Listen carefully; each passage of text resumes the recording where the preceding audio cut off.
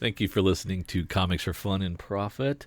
This is Drew with a special episode of my other podcast that I co-host regularly, and it's Weekly Comic Spotlight over at John Mayo's comic book page.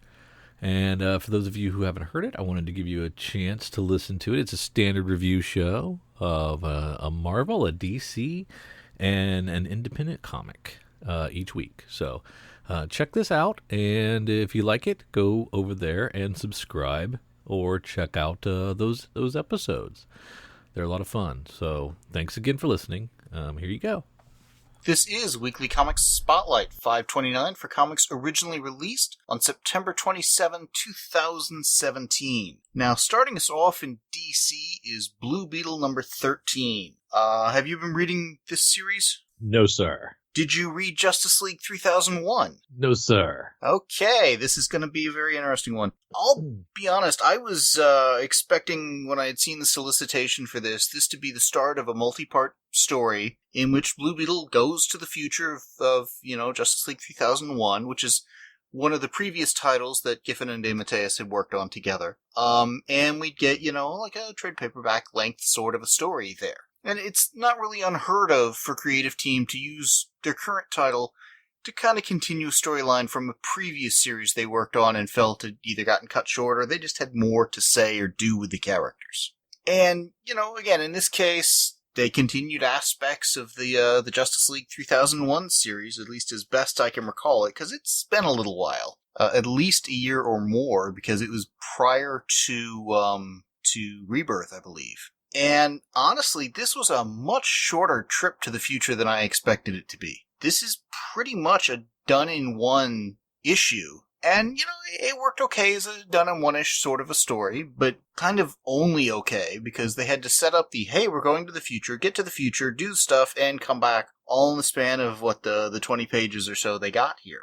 And it really felt a little rushed. And I kind of understood that a bit more when I got to the end and realized that the next issue is going to have a new creative team. So this was kind of the last chance Giffen and DeMatteis had to kind of squeeze this storyline in. And they'd been setting it up for a little bit with the Future Flash in the title here. So was Justice League 3001 a series I felt they needed to do more with? No, not really. Did I care for this story kind of having a quote-unquote Legion of Doom, but happening to use many of the character names from the Legion of Superheroes, which is also set roughly in a future at this time point. Whether it's this future or not, it was never clear. This had some stuff I liked, it had some stuff that kind of frustrated me a little, and it was one of those things before I knew it, it was pretty much done. And I don't know what sort of bold new direction they may or may not be going in next issue, or off the top of my head, who the creative team's going to be. But again, I was expecting this to be the start of a larger story, not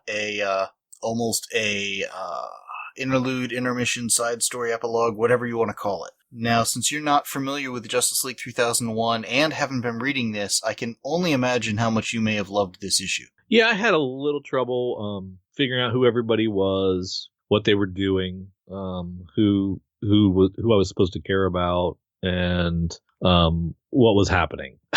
But besides that, I had a great time. I know what's left at that point. Well, I know Blue Beetle. I think I read the Rebirth issue and maybe the first issue. So I read a little bit of that stuff. I think. Maybe it goes confused. I think yeah, that was part of the launch, right? Yeah. So matter of fact, we I think reviewed the Blue Beetle Rebirth issue. Yeah. So it didn't really take hold and make my pull list. But it kind of I read that and so I knew him, but I don't really understand this whole year 3000 stuff.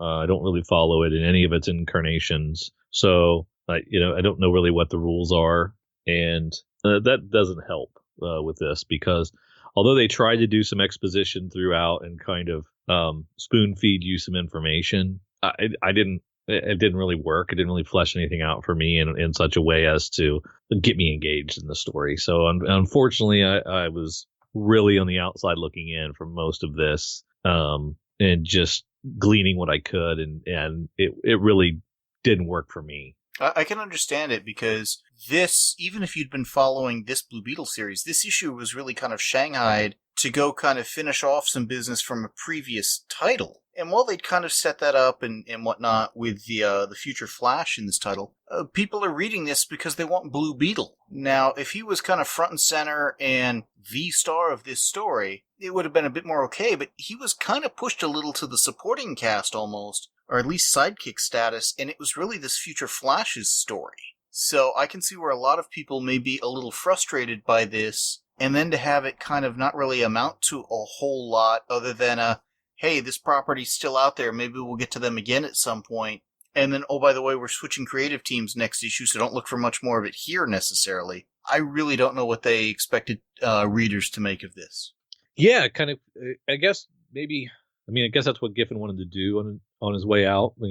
But knowing it was the last issue, maybe it could have been more of a celebration of something. I don't know. I don't think that's what this was. It didn't really kind of read that way to me. It seemed like he was trying to tie up. There were some loose ends that were trying to be tied up, but I didn't feel any kind of sense of completion at the end of this issue. I'm kind of wondering how much warning they had that they were going to be replaced as on this title with another creative team.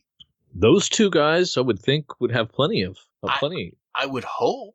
They're pretty well established. I mean, certainly Keith Giffen has been working with DC for long time, but it just seems a lot. Well, even DeMatteis too. I mean, these guys did the Blah Ha Ha Justice League many moons ago. Yes, it just felt like if they had had more warning, more time, more space, this would have been a longer, more fleshed out story. I mean, do you agree? Disagree? I don't know. I mean, I don't know how much editorial drives some of these lower tier titles.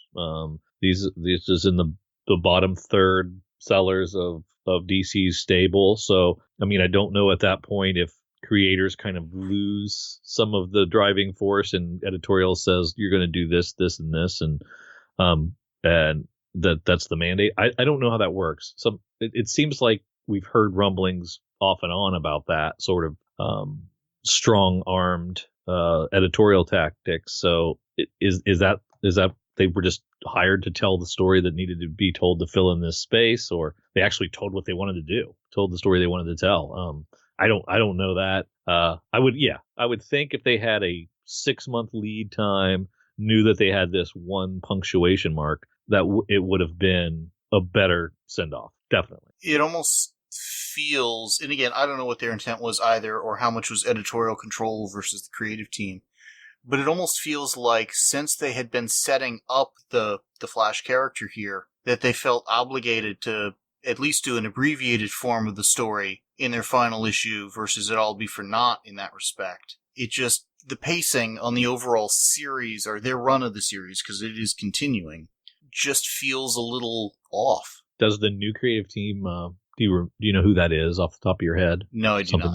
Something you have to look up. I'd have to look up, yeah. And I'm too lazy to do it, so. Yeah, if it was at the top of your mind, I was going to ask, but if not, no biggie. At some point, I'll get my system organized enough that it'll toss that into my show notes, or my talking point notes, actually, of just what's the next issue's solicitation and credits going to be. Because I had thought I had read credits that they would be spending a bit more time in the future, but maybe I had just read this solicit recently and got confused and thought it was applying to another issue as well. Or maybe they're going to do more with it with the new creative team. I don't know, but it seems kind of weird if they go that route to take stuff that is, one creative team's baby and kind of tease it here, do a quick bit, and then give it to somebody else to keep going with. But I don't know what the game plan is.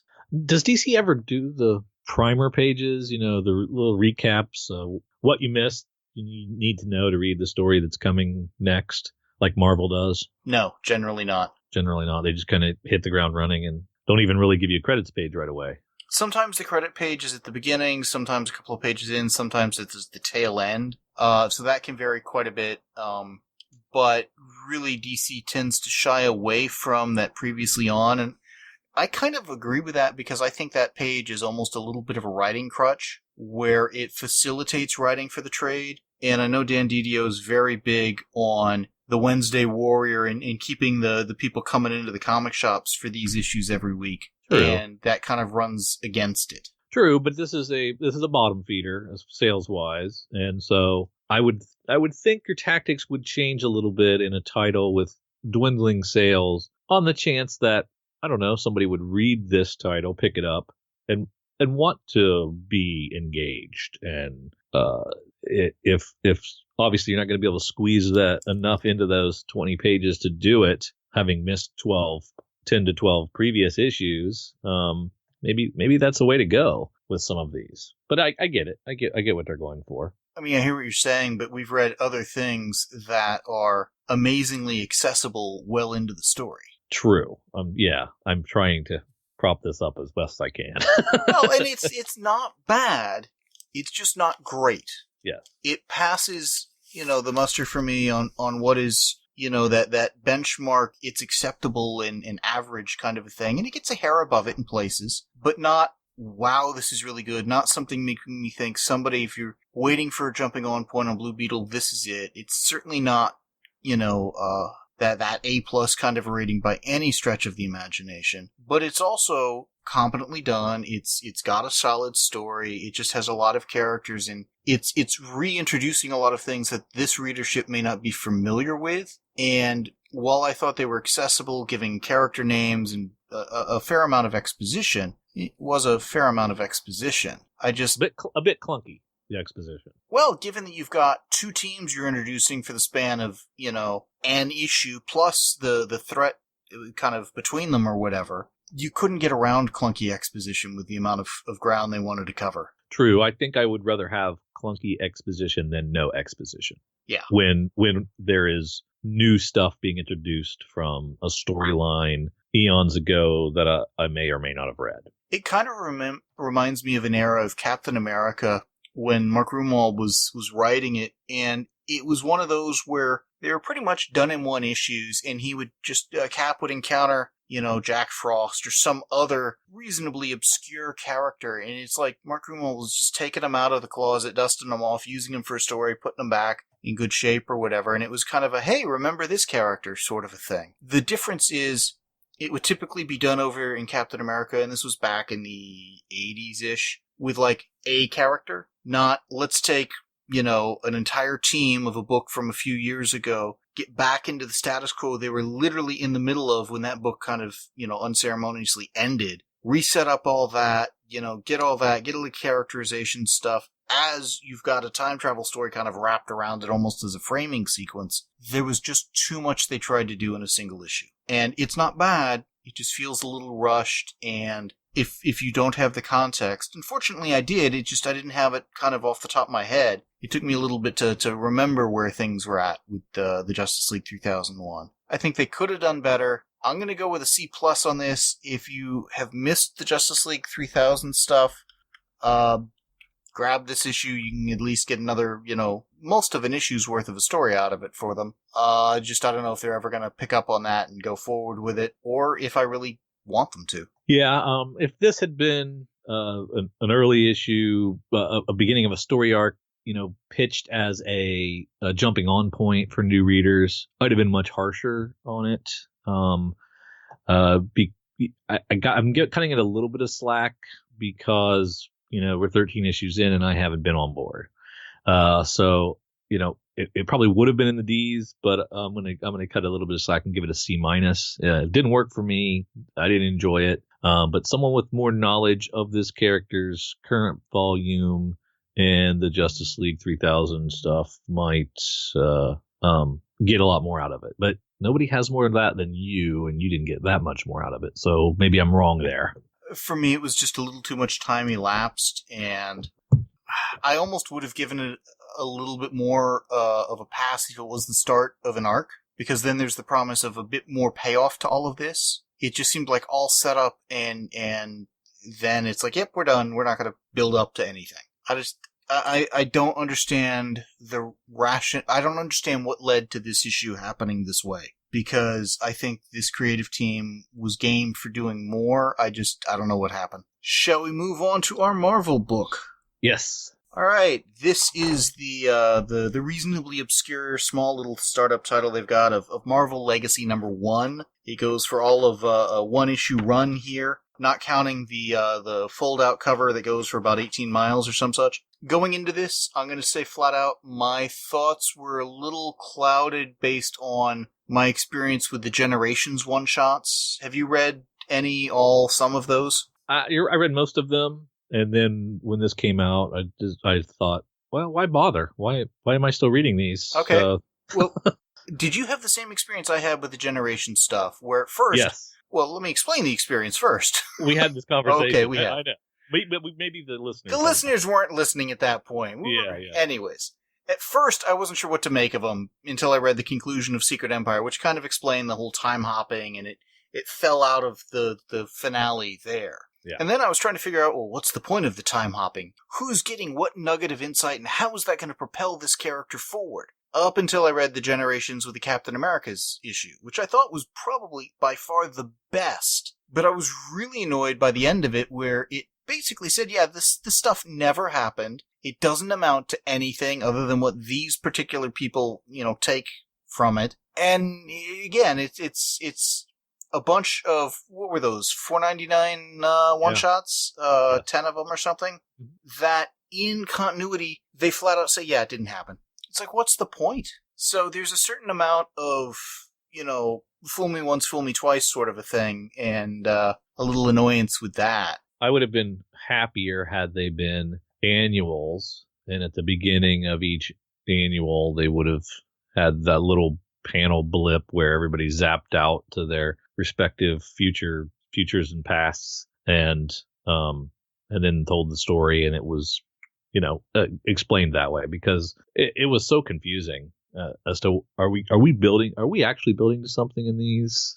How is this going to lead into Legacy? And I never did figure that out, but like I said, once Legacy came out, I stopped and said, forget it. I'm done with the Generations. I was really kind of displeased that the Captain America one in particular didn't happen. I thought that would have been a really fascinating sort of a thing to do with Sam Wilson, and a lot of story potential there. And they just said, yeah, forget it. So when I got to this and it opened 1 million years ago, and I knew it was going to be that, but I'm like, 1 million years ago? That's a really long time. And you expect us to believe that Earth is in the Stone Age and we're essentially building up an Avengers BC or whatever, with Odin, a Phoenix, an Iron Fist, long before we're ever going to get Kunlun or whatever. I can't imagine that city being around for 1 million years. We get a Sorcerer Supreme, Amagatu, whose eye, Strange has later, a Starbrand. Okay, fine, that can be 1 million years back. A Ghost Rider, okay, that seems a little odd. And a Black Panther, because again, Wakanda, 1 million year history. Sure, I don't think so. So it started by stretching credibility. And again, do we need yet another Avenger team that just happens to have, I'm not going to say the hallmark Avengers, because I really don't consider, Iron Fist or Ghost Rider, classic Avengers in any way, shape, or form. But to me, that was just a framing sequence to provide something as a subplot to make this issue pretend to have a story in it. Which I was glad it was only a few pages, and I was afraid that's what all of Legacy was going to be. And so I was glad it stopped. Fair enough. I'll go with that. I just thought that a lot of the other stuff that they kind of interspersed here was simply teasers for other upcoming titles, and that this was almost a standard Marvel sales pitch comic of, here's a couple of pages that'll get you into the new Captain America series or the new Thor series or the new this series or the new that series. Combine it with some shifting art styles that shifted pretty drastically in a few places. I was a little frustrated, not annoyed, up until I read the one that leads into the new Iron Man series, where the way Mary Jane learns of Tony Stark's disappearance, very different than what we had just gotten a week or two back in Invincible Iron Man number 11 or something. I mean, both couldn't have happened. And it's like, come on, is it really hard to get a one-page part of Legacy to tie in with what's going on in one of the other books? And then the pointless fight scene between Starbrand and Ghost Rider. And it's like, I'm sorry. I don't think it should have been able to go on that long and whatnot. We get, again, like I said, teaser after teaser after teaser. And it's like, there's almost enough of a story to hang together, but not quite. And then kind of the big reveal or whatever is one of those things that in my mind, it happened clearly in the issue, but it did not happen as part of the story, in my opinion. It just happened to coincide and fall between the pages of the cover. And by what I mean is the fight between Starbrand and Ghost Rider and stuff, that was motivated by stuff earlier in the story. The story led to that. But when we get this reveal, this major Marvel character, he's suddenly back, sans really any explanation or whatever, until we get a few pages later and get a, oh yeah, he's back, kind of clarification, as if we were somehow missing that. It just happened, it didn't feel organic or integral to this story. I felt that way in the past when they had killed off Steve Rogers at the end of the original Civil War. Sure, it took place in the pages of that title, but it's not like the whole thing had led up to that or even motivated that death or something. And here, the character just, boom, he's back. I get frustrated by that. And then particularly when they clarify it, I mean, we'll go ahead and I'm assuming everybody's read it. We're going to get spoiler heavy on this. It's Wolverine. It is the world's worst kept secret. It was all over the place. I usually duck those sort of spoilers, but I couldn't in this case. That one was spoiled for me.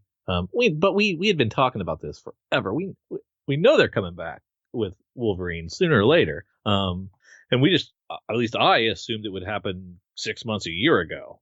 And so it was long overdue. And so when they finally pulled the trigger, it was like, yeah, okay, finally, thank you. But now can we move on? It was poorly done. We get him back. Okay, we haven't seen him full on. Maybe it's Old Man Logan. Maybe it's somebody else. But we see the claws. It's like, yeah, we know it's going to be Logan. And then we cut to a page of the young Jean Grey going to where the adamantium casing is.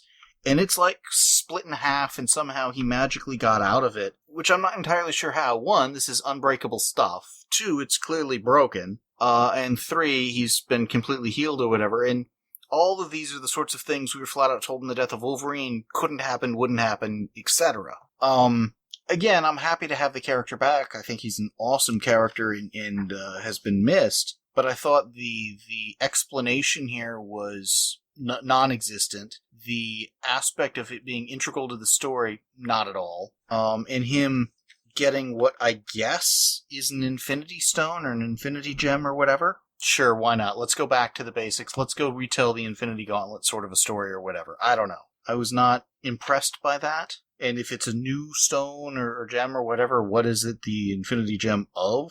The part I probably liked the best was the final 2 pages, which was yet another teaser. But again, that's about all you're going to get in some of these one-shots from Marvel. But it's teasing that eventually, someday, probably, I don't know, a year or 2 or 3 from now, at least Franklin and Valeria Richards may come back to the Marvel Universe, presumably bringing their parents, Reed and Sue. But, I mean, don't hold your breath. This is not going to be anytime soon, probably. I don't know.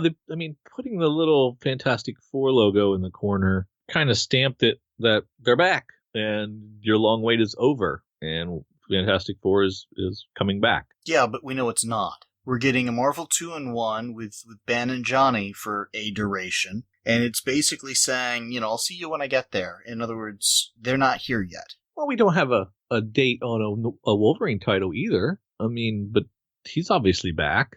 Fair enough. Fair point. So I think both these titles are coming back, and the Fantastic Four reveal was the one that I had completely put out of my mind, and I had completely forgotten about them because of the whole, as Isaac Perlmutter or whatever his name is, the stockholder that hates the Fantastic Four and killed them and had them removed. I just assumed that was never going to come back, and they were going to let that one leave that on the shelf for a long time. So to me, this was a much bigger surprise than Wolverine. But to your point, I guess I don't really know what this means. I guess I don't really know.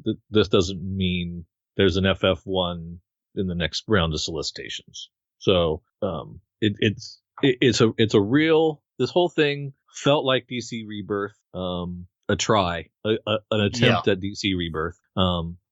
It's hard not to make that comparison. What it didn't have that DC Rebirth had was kind of an emotional connection, a heart to it that, really got me excited, and a story that it also had a lot of vignettes and a lot of launching points for things, but it all felt like it was woven together a little more cohesively and tighter. But it just felt it still had that feel to me like let's get the fans excited about what we are as Marvel, and we're riding the ship, and hopefully this leads to lapsed Marvel readers coming back, and it felt like that's what this was an attempt to do. I don't know if it was entirely as successful as the Rebirth #1 was, but it had a lot of stuff in there for people to latch onto. But then it also had some stuff that I wasn't excited about. BC Avengers. I guess for me, the comparison to Rebirth is just clear cut. It's very obvious. And this doesn't hold up well in that comparison. Because with Rebirth, we had a very clear storyline with the Flash and what's going on with the character and such that had not only that emotional resonance you mentioned, but they bring a character back into the forefront of the DC universe after a long absence as an integral key part of that's what that whole story, that whole issue was building towards.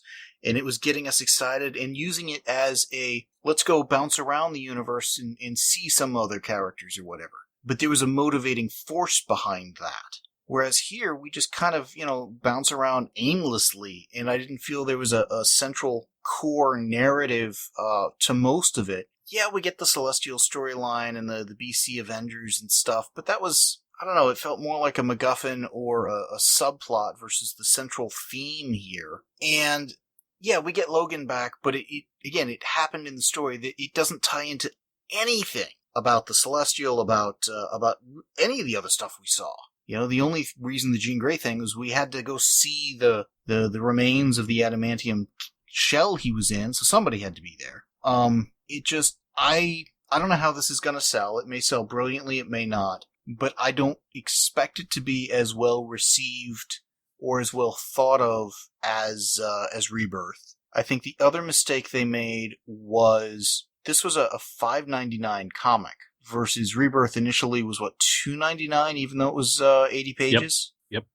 So there's that. I think price-wise, Marvel could have and should have done better. And when I got to the text page or whatever, and we got the bit from Axel Alonso, editor-in-chief of Marvel, and he's talking about, ever wonder what would happen when or if, and he's got a dozen things. And I was kind of going through those, and I'm like, no, never really asked myself any of those questions. One or two, maybe kind of interesting. Most of them, maybe not. Yeah, they were not things that were top of mind for me either. And I thought there was just a strange bunch of story beats that I don't know who was asking, who has been asking about this. Well, and some of them were, what if so and so went back to thus and so? It's like, well, I don't know, let's move forward instead. It left me wanting, and not in a great way. I did appreciate the 2-page spread at the end where it's hey, this storyline continues here, this one here, this one here, this one here. But again, it's also blatant plug for, go buy all these other things. Which again, not surprising. The plug for X-Men Blue and X-Men Gold, which had nothing it seemed like to do with anything in this issue, seemed a little out of place, but okay. Why not pitch the Spirits of Vengeance storyline? Because, I don't know, maybe Ghost Rider will show up there or something. I was frustrated by this. It had some good moments. It had a few things that were fun, but it was not the reignition of my excitement of the Marvel Universe or whatever that the DC Universe really was for DC for me. Yeah, I think Rebirth did a much better job of energizing us and getting us excited for the titles to come. They're going to bring Foom back as well, a Marvel fanzine, so that's exciting to some people. I don't remember Foom, so I must not have ever read it. I don't remember Foom. I've never read it. I have the current issue. It came with a shipment, but it's old school Marvel. We also are getting the return of the Marvel value stamps. I am not one to do things like this, so I won't be peeling stickers out of my comics and putting them, trying to collect them all. But I'm sure some people will enjoy that. I'm guessing you're not a Marvel value stamp person? Before my time. Yeah. I mean, they're aiming stuff for people that are from like the early to mid 70s. So when they're going nostalgia here, they're going way back. Maybe a little too far. Maybe they overshot their mark. We didn't get 12 cover issues, cover shots, and then that was the 2-page spread I was talking about. Yeah, the 2-page spread, and so bits and pieces of this story will be continued in those 12. But then we finish up with a large checklist that is much more than those 12, and it looks like a checklist of things you should read to continue Marvel Legacy, but I don't think that's the case. I think this is just everything that's being is a Legacy title. As if those are two separate things? Whether or not they tie into this or not. It feels... I think by definition they're claiming everything does tie into this. Then why didn't we get this blank storyline will continue in Royals number 9 or Moon Knight 188? Because they got like 50 or something of these things. They only had so much space. Well, no, they had plenty of space. I'm going to argue that they did do that. Because if you go into the inside front cover, we've got stuff for Monsters Unleashed, Incredible Hulk, America, Captain Marvel, Black Panther, Thor, Invincible Iron Man, Falcon, Royals, and Gwenpool. There was, near the middle, ads for Avengers, US Avengers, Uncanny Avengers. I thought somewhere in here there was another page of ads for, Cable, Despicable Deadpool, All New Wolverine, Jean Grey, and Iceman. I mean, they've got a ton of house ads snuck in here throughout the place. Okay. So whether they've got all of them or not, I don't recall. Luke Cage, Jessica Jones, Iron Fist, The Defenders. So again, they're kind of grouping titles in logical places. X-Men Blue, X-Men Gold at one point. Again, I'm not seeing like all of them in a quick flip through, but enough that, again, Spirits of Vengeance, maybe Gwenpool, stuff like that. Maybe they didn't hit all of them, but I mean, that final checklist in your mind is all connected to the overarching Legacy storyline, and not just. That's not exactly what I said. Repackaging. It's not in my mind. I think it is in their mind. Okay. I want to be very clear on that distinction. Yes. I don't think Amazing Spider-Man Renew Your Vows is really necessarily tied in. Maybe it is. I don't know. But I think they're trying to use this as everything we publish is gold, you should go read it. And some of what they're doing is really some good stuff. Some of it, it's okay. This, particularly you look at the cover, half these characters don't even show up in this issue. If you were expecting Daredevil or Storm or the Odin Son Thor or whatnot to really show up here and do something, you're going to be sadly mistaken. So there's a bit of bait and switch here. Okay, well, if you are a lapsed comic reader, Marvel fan, and are there such things? He said facetiously. And you read the New York Times article about Legacy and decided to check this book out. Does it check enough boxes to get you excited in the same way DC Rebirth did, where I sampled everything, every single Rebirth title I read, because it was an exciting, well executed launch? I don't think so. I don't think that works the same way. I'm curious to how well these new launches will do in the lapsed reader category. I wonder if it'll energize that base the way Rebirth did, the way New 52 did. I'm curious about if it's successful in that area. I think that's a great question. I'm curious about that too. But my question to you is, how lapsed of a reader do you think they're targeting? I'm thinking really lapsed.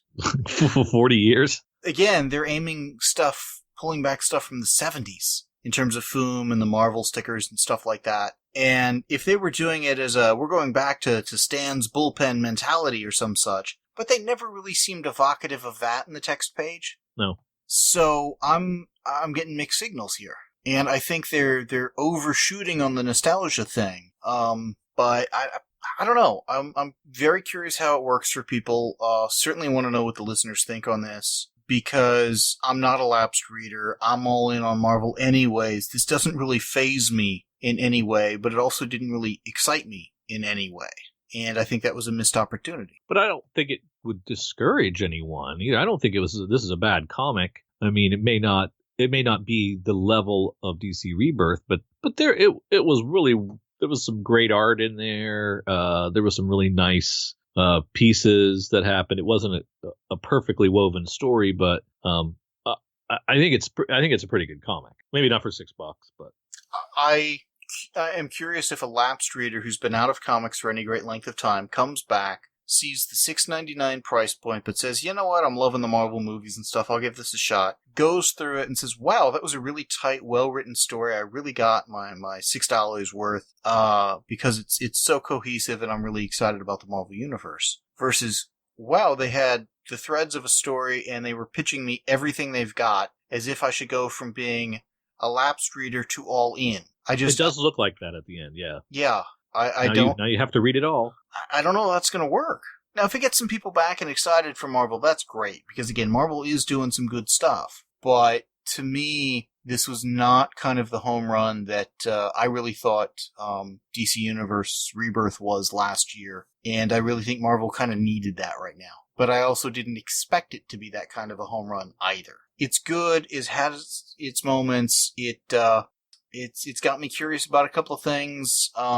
Certainly the price point is not in its favor, but overall I'm going to go with a B- here. It's better than some of the other 80-page sales pitches they've given us, but it's true. It's not the first time it's not like the .1 or whatever it was. Where it was literally just 3 or 4 pages from a couple of books that were coming up. Yeah. So it's better than that, but they really needed this to be solidly in that A range, preferably an A+, and it wasn't. So this is just a one-shot? There will be no more legacies? What are you talking about? They got like 50 titles spinning out of this. What more do you want? Well, I mean, because Jason Aaron was like, he was clearing all, his schedule because he was going to be so busy with Legacy. That's Legacy, the overarching thing, versus Legacy, the title. I have not seen a Marvel Legacy #2 solicited. Okay. Must just be his books and their connection to the Legacy overarching storyline or something. I don't know. Well, don't confuse the Legacy branding with an overarching storyline. It is confusing. It is really confusing. I'm super confused. I thought Legacy was the thing. It was like a story point that went from point A to point Z and ended with an alpha issue more than it was supposed to. But no.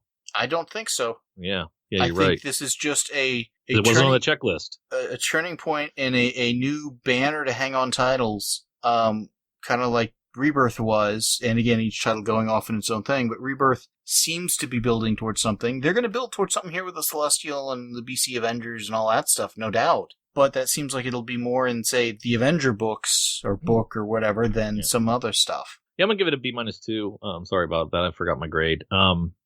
I'd be curious if they do, if they revisit it like with a little button crossover issue that brings it back and explores the story a little more. Is that the way they're going to go? They're going to revisit it from time to time, or is it going to be interwoven through at least these 12 titles that are pictured at the end? Okay, I guess I didn't get the whole point of Legacy then. That's a shame. Yeah. That's not a good thing. Yeah. It's just I knew I knew the numbering was going to happen, but I thought there was also a bigger story to be told. Do you see anything in here that's indicative of where you would follow the Avengers BC or the Celestial storyline? I do not see that anywhere. Seems like a odd thing. Yet we got a whole page on Tony Stark being gone, and we know where that continues. Unsurprisingly, in the Iron Man title. So I'm thinking that they could have done a better job, not only in this issue, but then how they launch stuff out. At least they had those couple of pages pointing to other things. I wish DC had done that to say, I don't know, where we might get the Shazam characters, or the JSA, or the Legion, or some other stuff I still want from DC. But we'll see. Yeah, doggone it. I hate that I kind of missed the point of Legacy, I guess. I don't think you did. I think they did. I really don't think it was a well-conceived idea, and certainly the execution, while it was an entertaining issue, it should have been very clear, wow, I can't wait to see what happens on these 7 or 8 plot points, and here are the various books that are going to really move forward on this. This is exciting, this is new, this is different, or something. Versus these are the next stories that they'd already kind of kicked off in, like, the previous issue of Iron Man or a few other places. It was not bad storytelling, it was bad marketing, in my mind. And again, if you disagree, hop on the forum, the Slack channel, let us know. Curious what everyone thinks. The Incredible Hulk 709, is that the Totally Awesome Hulk? Or do they revive That replaces the Totally Awesome Hulk. So is that Banner Hulk? No. Well, it's Amadeus Cho. It's Amadeus Cho still. Okay. All right. And again, that storyline kind of kicked off in the latest issue I read of Totally Awesome Hulk. So it's not like it started here either. That puts to lie the everything starts here aspect of the solicit. Yeah, a lot of these, we've already been following in the storylines if we've been reading the books, and there doesn't seem to be anything launching out of this title. And that's unfortunate. Yeah. Shall we move on to our other book? Yeah, on that downer, let's go. This is DuckTales #1 from IDW.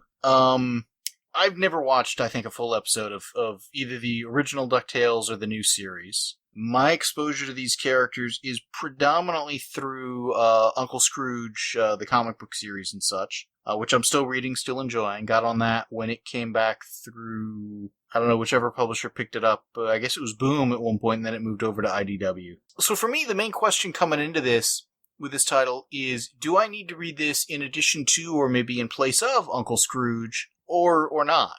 And there are a couple of things that really stood out to me with this issue. The first of which is clearly this art was done for a different aspect ratio, with a slightly shorter page height or a wider page width or both or whatever. Because there's about an inch or so at the top and bottom that's just white. And that's not unusual for this sort of stuff. My understanding is once somebody kind of creates like one of the Ducks stories or whatever, it's part of the Disney archives and library, and any other licensee or whatever, if they wanted to, could use it. I think. I don't know. So different page formats around the world would account for this sort of a thing. We got 2 different stories in here, taking up roughly half the issue each. The first kind of sort of feels like a classic sort of a Ducks adventure with Donald and Huey, Dewey, and Louie. It just felt a little abbreviated, and the art style felt a little more cartoon animated, where the characters seemed to be almost like on a different level than the background or whatever. And I don't mean that in a bad way, but just there's a feel to the art here that is a bit different. And I don't know, I never totally warmed up to this first story, or really even the second, although I like that one, I think, a bit better. But I think part of that was in both cases, there was no Uncle Scrooge, and I really enjoy that character. So when we got done with the first one, it's like, okay, that was fine, it was good, it was entertaining, and we get to the second one where they've got this, lab of scientists and whatnot, and the Huey, Dewey, and Louie are kind of, going around looking at stuff. There was 1 or 2 places where it felt to be operating on very much kind of cartoon physics, and not in a way that's blatantly non-like the Uncle Scrooge sort of comics I've read, but it felt a little bit more almost Looney Tunes, Daffy Duck than Donald Duck, I guess would be the way to put it. Particularly when there's a magnetized thing, and the soda can that Donald's holding on to, launches him into the air or whatever, and he's flying around corners and stuff like that. That felt like it should have been, in my mind, Daffy Duck, not Donald. It was still a fun, good story, but it wasn't what I was looking for out of this. But again, I'm coming at it more from an Uncle Scrooge perspective than a DuckTales perspective.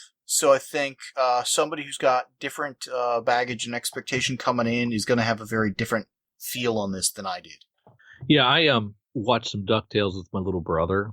He was a big fan, so I would catch some while he was in control of the remote. And so one of the fun things about it, the redeeming qualities of that show, was there was a real sense of fun, and they were really interesting to me as a young adult at the time, and entertained him as well. And he was much younger, and that's kind of missing that entertaining to an adult edge in this comic. I didn't like it at all. I was bored out of my mind. And it's much younger book. I mean, I guess you could probably expect that from DuckTales, but we have reviewed things like Uncle Scrooge and other characters like that. Their books worked a little better for me. This was a real swing and a miss for me. I didn't care for the storytelling visually or the writing itself, and it just was way below my reading interest, and I think that would probably be the case for a lot of folks. I don't think it's really all ages. I think it's just a younger skewing comic, and I would agree with that. And that's okay. That's okay. It doesn't have to be for me. And I probably should have known that looking at what it was. Some can effectively tell stories for both segments of the audience, and some can't, and that's fine. It just really didn't work for me as an old dude. For me, these things were okay. I mean, it was close to the style and format I expected out of, again, an Uncle Scrooge thing, but a little more cartoony. To your point, it seemed to skew towards a younger age. Which, again, this is based on the DuckTales cartoon, so I'm not surprised by either of those things. Personally, and I had read like 4 issues of Uncle Scrooge right before reading this, just to get caught up on that, so I'd have a good comparison point. I prefer the classic Uncle Scrooge stuff that we're getting in that title over this. This isn't bad, but it's not something that I feel I need to be reading, and certainly I don't need to be reading in addition to what I feel is a superior title for me. And part of it is Huey, Dewey, and Louie. Those 3 are pretty much interchangeable in my mind. Mm-hmm. I'm sure there are differences between them, but I've never really dealt enough with them to know or care. And I like Uncle Scrooge as the lead and them as the supporting cast versus them as the leads. So for me, I may have another 1 or 2 of these on pre-order. I'll get it. I'll give them another shot or 2. But without Uncle Scrooge, who was nowhere to be found in this, which surprises me, because again, when you get somebody like David Tennant to do the voice in the cartoon and stuff, you'd think you'd toss that character in the first issue of the comic it's based on it, but whatever. I don't expect to continue with this title. I do think if you've got kids or whatever, or younger readers that are fans of the show, I don't think they'll be put off by this, but I would recommend the Uncle Scrooge series over this by just a wide. Yeah, I'd be curious. For me, this is a C-, and it's not something that I'll read again. But I would be curious if parents of 8 to 12-year-olds, maybe if they get some enjoyment out of it, if it works for a young audience like I think it's written for, it may not work for them either. True. But it definitely doesn't work for me. Well, and also people who are more familiar with the DuckTales show, the recent one and stuff, how well does it kind of sync up with that or whatever? Mm-hmm. Again, I'm not part of that audience, so I didn't fully expect to be part of this, but I was curious about it. I'm going to go with a C+ on this. It has its moments. It's not bad, but again, I think the target audience they're going after, and I'm just not part of that. And again, nothing right or wrong about that. I hope it finds its audience. I hope it does well. And I'm going to keep reading Uncle Scrooge. That will do it.